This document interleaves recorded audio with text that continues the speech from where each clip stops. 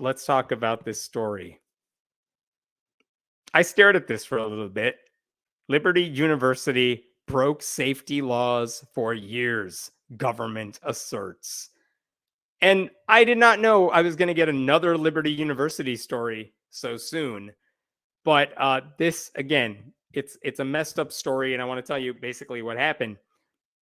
So apparently, for years now, Liberty University has not kept its campus safe. And there is a law that says you got to do a certain number of things when it comes to safety on campus. And allegedly, Liberty University has violated that law. Here's how that works. There is a law called the Clery Act, C-L-E-R-Y, the Clery Act, and it says if you get any federal financial aid, student loan money, grants from the education department, then you have to tell the government crime statistics about your school, things that you are doing to keep kids safe, basic things like that. Doesn't matter if you're a religious institution, public institution, whatever. So that's what the Clery Act says you have to do. Well, according to an investigation that the education department just had, and they just released preliminary information here, I'm quoting from the Washington Post here.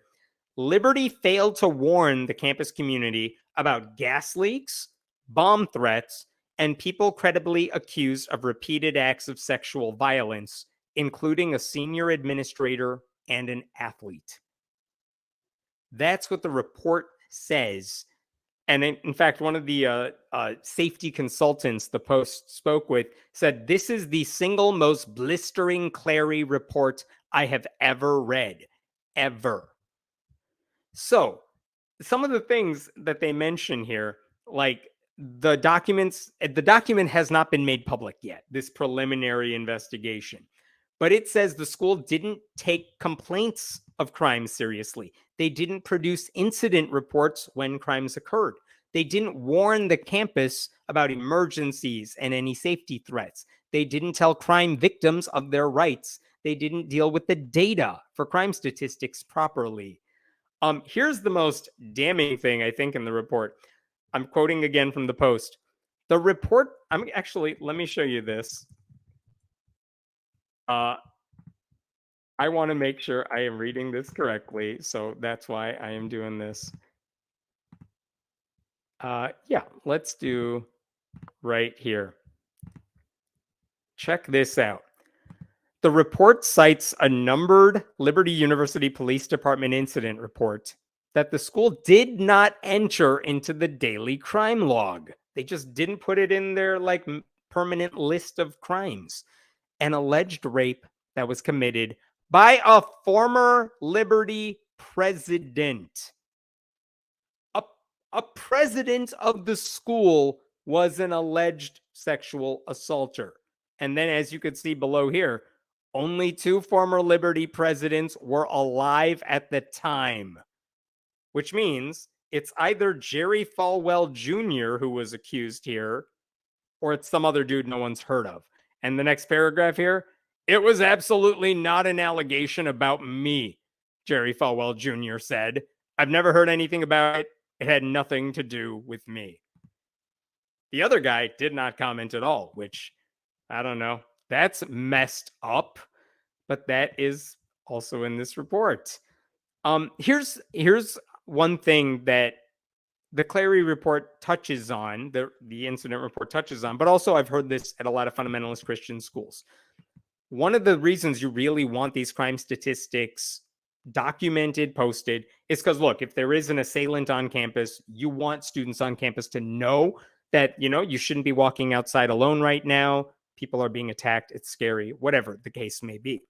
But at a place like Liberty University, one of the fears is that a lot of people do not report when they are sexually assaulted, if that happens, because think about what that means. Let's say you're a woman on campus and you say, I went on a date with another student on campus. He came back to my dorm room, which he's not supposed to do at Liberty because boys and girls can't be in the same dorm room.